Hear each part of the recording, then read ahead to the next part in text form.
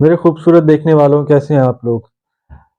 आपने बहुत बार अपनी ज़िंदगी में ऑब्ज़र्व किया होगा कि मोस्टली ख़वातीन जब कोई चीज़ परचेज़ करने जाती हैं, तो उसके ऊपर बहुत सारी नेगोशिएशन करती हैं। कपड़े के मामले में तो बहुत ही इतनी कोई एक्सपर्ट होती हैं कि कोई 10,000 का कपड़ा जो है वो शायद 5,000 में लेकर आ जाती हैं या फिर उससे भी कम में।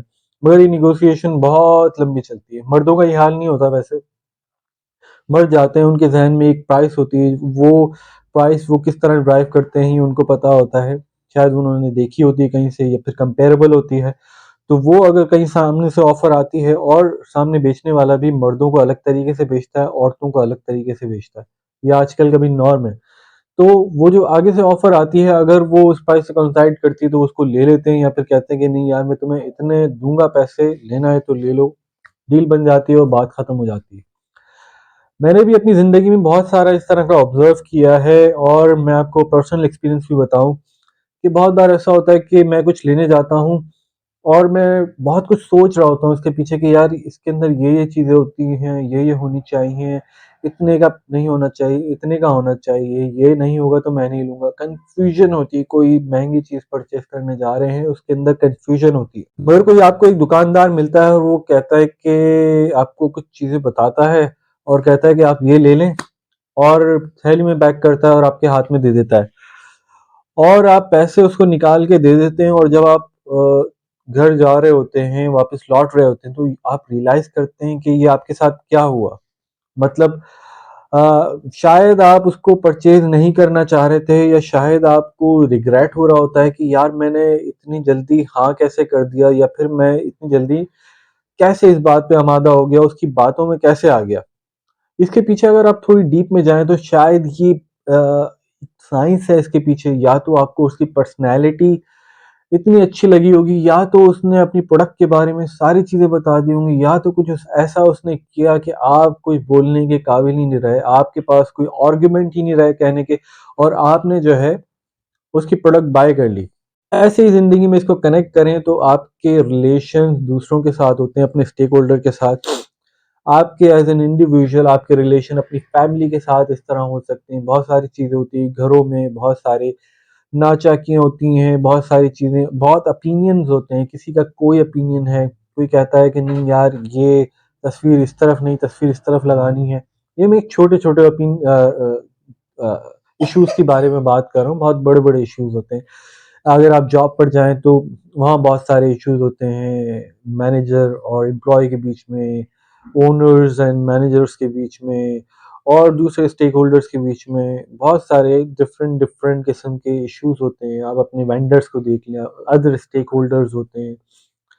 इसी तरह जो है बिज़नेस में बहुत सारे इश्यूज़ होते हैं। आपकी रेगुलेटरी अथॉरिटीज़ से नहीं बन रही होती। आपकी जो है बहुत सारे अपने वेंडर से या फिर आप जिससे माल इंपोर्ट करते हैं, एक्सपोर्ट करते हैं, कस्टमर से नहीं बन रही होती। आपको पैसे नहीं बच रहे होते, मगर आपको नेगोशिएशन करना होता है, आपको पैसे बचाने होते हैं अपने बिज़नेस के लिए, आपको किसी तरह सर्वाइवल अपना करना होता है। तो ये सारी चीज़ें क्या होती हैं? ये किस तरफ आपको लेके जाती हैं? ये सारी चीज़ें नेगोशिएशन, पर्सुएशन स्किल्स में आती हैं जो कि एक इंडिविजुअल के पास होनी चाहिए। अच्छा, मैं आपको इस वीडियो में आज मैं कवर करेंगे 7 स्किल्स ऑफ पर्सुएशन, या फिर जो है ना कह लें कि आप इन्फ्लुएंस कैसे कर सकते हैं इंडिविजुअल पे अपनी ज़िंदगी में, या फिर जो है अपनी आदत से या अपने किरदार से आप क्या करते हैं कि आप उसको जो है इन्फ्लुएंस कर सकें। तो पहली चीज़ की तरफ जाते हैं। पहली चीज़ है रेसिप्रोसिटी। रेसिप्रोसिटी क्या होता है? यार आपने बहुत सारे सोचें कि आपको कोई टेंडर चाहिए, कोई आपको जॉब चाहिए, कोई आपको कोई ऐसा काम चाहिए, आपने कहीं पे जो है कोटेशन डाली हुई है, आप चाहते हैं कि यार वो आपको काम मिल जाए, आपकी प्रोडक्ट बाय कर ली जाए। तो आप बहुत सारी चीज़ें जो है कर रहे होते हैं, उसकी खुशामद कर रहे होते हैं, उससे कहते हैं कि यार मैं आपके लिए ये कर दूँगा, वो कर दूँगा। इस तरह की आप अपनी प्रोफ़ेशनल लाइफ़ में देखते ही रहते हैं। अगर आप जितना बड़ा टेंडर होता है या फिर जितना बड़ा वो जॉब कॉस्ट होता है उसका, उसी हिसाब से आपकी खुशामद हो रही होती है। वो कहते हैं कि यार आपका ज़बरदस्त किस्म का, मतलब आप समझ सकते हैं क्या बातें हो रही होती हैं। अच्छा, ये एक प्रिंसिपल है रेसिप्रोसिटी।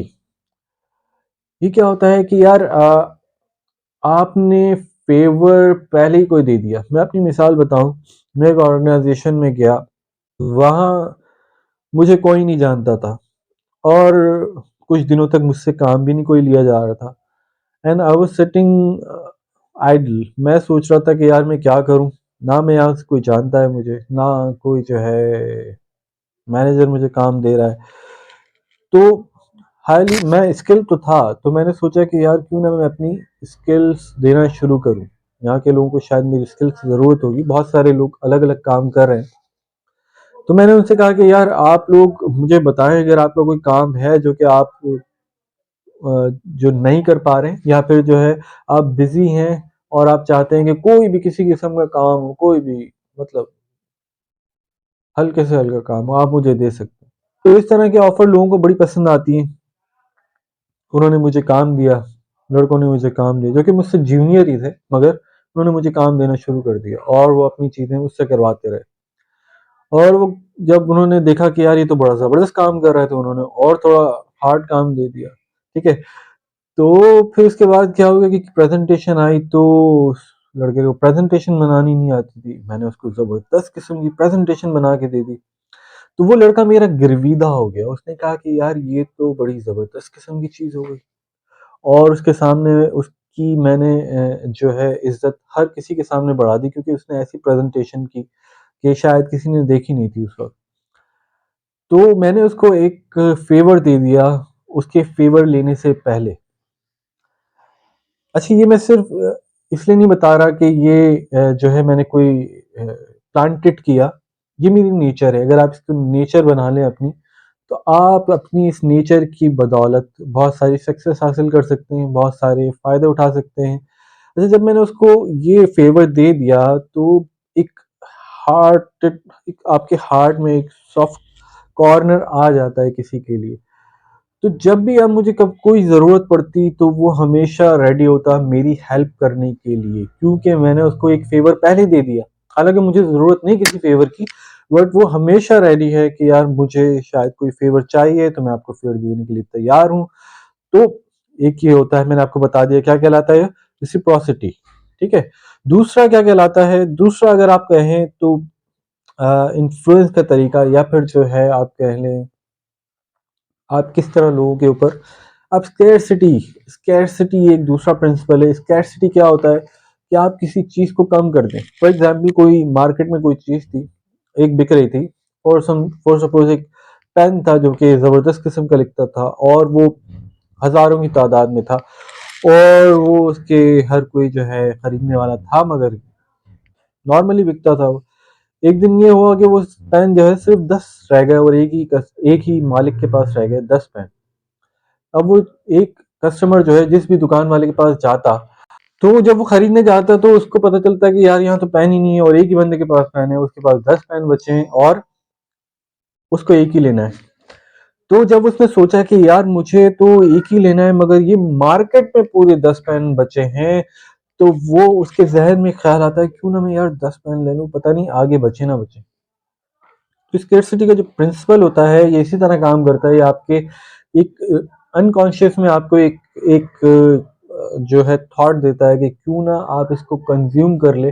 जब कोई चीज़ कम हो जाती है, तो उसके कंज्यूमर ज़्यादा बढ़ जाते हैं, उसकी डिमांड ज़्यादा बढ़ जाती है, उसके डिमांड बढ़ने की वजह से आप उससे डिफरेंट किस्म के फ़ायदे उठा सकते हैं।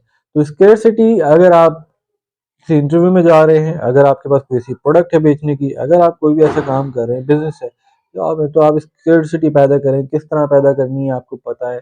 स्किल जो है, अगर आप जॉब कर रहे हैं, स्किल की स्किल्सिटी पैदा करें, आपके काम की। आपके काम हर किसी को याद होना चाहिए, आपका काम ऐसा होना चाहिए क्योंकि कहे कि यार अगर कर सकता है तो कोई यही बंदा कर सकता है, छुट्टी पे गया है तो यार यही कर सकता है और कोई नहीं कर सकता। या फिर जो है आप किसी इंटरव्यू पे जा रहे हो, ऐसी स्किल हो आपके पास जो कि लोगों के पास ना हो, तो ये स्कैरसिटी कहलाती है। इसका प्रिंसिपल आप जान लें। दूसरा प्रिंसिपल था ये। थर्ड प्रिंसिपल है अथॉरिटी। आपके पास अथॉरिटी है, मतलब आप किसी प्रोडक्ट के बारे में ज़बरदस्त जानते हैं, किसी सॉफ्टवेयर के बारे में ज़बरदस्त जानते हैं, जो आप पिच करने जा रहे हैं, जो आप जॉब करने जा रहे हैं, जो आप बिज़नेस करने जा रहे हैं, कोई आपसे खरीदने आ रहा है, कोई आप कहीं कोई डील कर रहे हैं, जब आप इसके बारे में, मैंने आपको बताया ना जो सबसे पहली मिसाल, कि आप फेंट हो जाते हैं, किसी से कोई चीज़ परचेज़ कर लेते हैं और बाद में सोचते हैं कि यार ये क्या हुआ?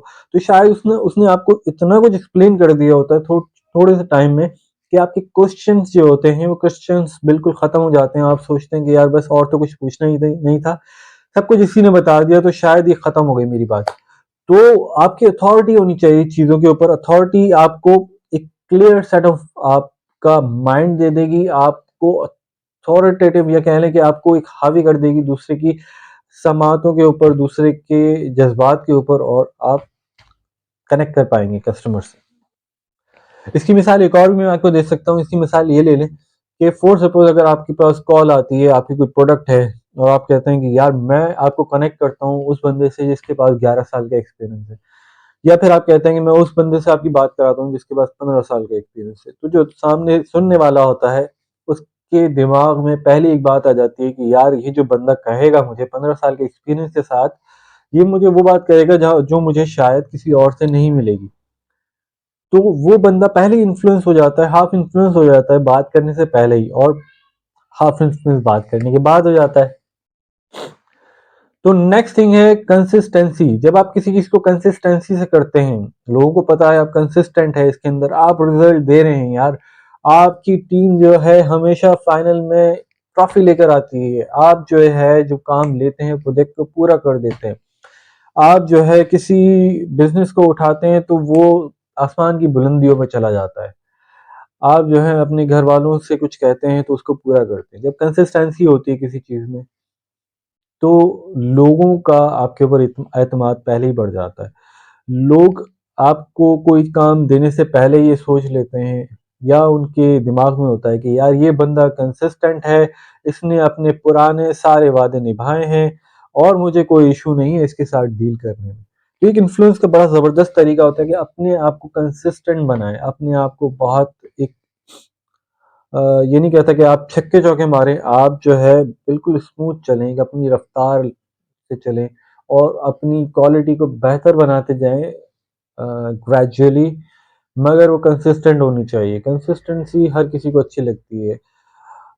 बहुत कम लोगों को शाहिद आफरीदी अच्छा लगता होगा, मुझे तो अच्छा नहीं लगता था, उसकी बैटिंग अच्छी नहीं लगती थी। क्यों? क्योंकि वो कंसिस्टेंट नहीं था। मैं उसके ऊपर I can not bet on it.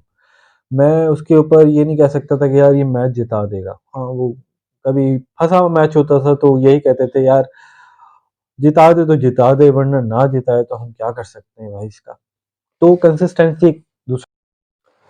Fifth principle is liking. यार आपने देखा होगा बहुत सारे लोग जो है, आप किसी के साथ जाते हैं, दुकान पे खड़े होते हैं, लाइन लगी हुई होती है, और दुकान पे एक बंदा आता है, यार मेरे 5 नान लगा देना। ठीक है, सब उसकी तरफ देखते हैं और सोचते हैं कि यार ये क्या बकवास है, मतलब ठीक है, शायद वो उसके चाचा का मामा का बेटा होगा। आप यही सोचते हैं कि भाई इस तरह जो है ऊपर से जा रहा है तो शायद ऐसे ही कुछ होगा। ठीक है, तो होता ये है कि जब आप किसी से पहले मिले हुए होते हैं, फॉर सपोज कि आप एक कॉन्फ्रेंस शुरू हो रही थी और आपने पहले से लोगों से, बहुत सारे लोगों से मिले, हाथ मिलाए, उनसे पूछा, उनसे उनके नाम पूछे, वो क्या करते हैं, तो वो एक नो हाउ हो गई। ठीक है, अब अगर अंदर जाके कोई गेम शो होता है और अगर आपको सिलेक्शन मिलती है, तो वो बंदा आपको सेलेक्ट करने में बड़ी आसानी से कोई झिझक महसूस नहीं करेगा, क्योंकि वो आपको थोड़ा बहुत जानता है। यही एक एक्सपेरिमेंट किया गया था 2 टीम्स के दरमियान यूनिवर्सिटी में। उन टीम्स के अंदर एक टीम जो थी, जो कि बिल्कुल नहीं जानती थी एक-दूसरे को, उनके अंदर नेगोशिएशन करने के बाद 50% लोग नेगोशिएशन उनकी कामयाब रही। मगर ऐसी टीम जो कि पहले से जानती थी हल्का-फुल्का, वो बाहर मिले थे, तो वो 90% तक वो कामयाब हुए। तो ये एक इन्फ्लुएंस का बहुत ज़बरदस्त तरीका होता है कि आप अगर लिंक्डइन पे किसी को जानते हैं और अगर आप इंटरव्यू पे चले गए, तो may be from 5 of those candidates आप वो कैंडिडेट हो सकते हैं जिसको वो सेलेक्ट करे या जिसको वो प्रेफर करे। Six principle is social proof. मैं जब डिजिटल मार्केटिंग करता था, तो लोग कहते थे कि यार आप जो वीडियोस बनाते हैं या फिर जो आप जो तस्वीरें एड्स में बनाते हैं, या फिर एक नॉर्मल एक टर्म है उसकी, कि आपको इस तरह की वीडियोस बनानी है जिसके अंदर लोग उसको यूज़ करते हुए दिखा रहे हों और उसके ऊपर अपना एक्सपीरियंस शेयर कर रहे हों। ये क्या होता है? क्यों होता है? ये सोशल प्रूफ होता है कि लोग आपको देना चाह रहे हैं कि यार अपनी एडवर्टाइज़मेंट में बताना चाह रहे हैं। कोई चीज़ बेचते हुए, कोई चीज़ अपनी बताते हुए, फॉर एग्ज़ाम्पल आप इंटरव्यू में गए हैं, आप जो है कोई चीज़ सेल कर रहे हैं एज़ अ बिज़नेस या फिर आप कुछ भी अपने घर वालों को बता रहे हैं, तो आप प्रूफ देंगे कि यार ये चीज़ ऐसे हो रही थी। मैं वाहिद नहीं हूँ कि जो कि ये कह रहा है, मगर ये प्रूवन हो चुकी है कहीं और से इस तरह या इस तरह। जॉब में जाते तो आप बताएँ कि यार जो आपके पास स्किल है, दैट्स अ प्रूवन स्किल और ये आपकी उलझनों का हल है, जो मैं बता रहा हूँ, इस तरह से आपकी उलझनें हल होती हैं। तो अगर आप सोशल प्रूफ कोई देते हैं, अपना प्रूफ कोई देते हैं कि आपने ये चीज़ें की हैं, आप इस तरह बेहतर हैं इन गोल्स में, तो आप किसी के ऊपर भी आप इन्फ्लुएंस हासिल कर सकते हैं। तो ये थी हमारी आज की वीडियो। अपने आप को बेहतर बनाइए, एक बेहतर इंसान बनाइए। अगर ये वीडियो अच्छी लगे तो लाइक कीजिए, सब्सक्राइब कीजिए, शेयर कीजिए उन दोस्तों के साथ जिनको इनकी ज़रूरत है। हम इसी तरह की वीडियो बनाते हैं। मैं फाइनेंशियल्स या फाइनेंशियल रिलेटेड, आपके फाइनेंस रिलेटेड, आपकी घरेलू किस तरह की मुश्किलात मैं हल कर सकता हूँ, आपकी जॉब रिलेटेड क्या मुश्किलात आपके हल कर सकता हूँ, साइकोलॉजिकल रिलेटेड, मैं इस तरह की वीडियो बनाता हूँ। तो मेरा साथ दें, अपना ख्याल रखें। अल्लाह हाफ़िज़।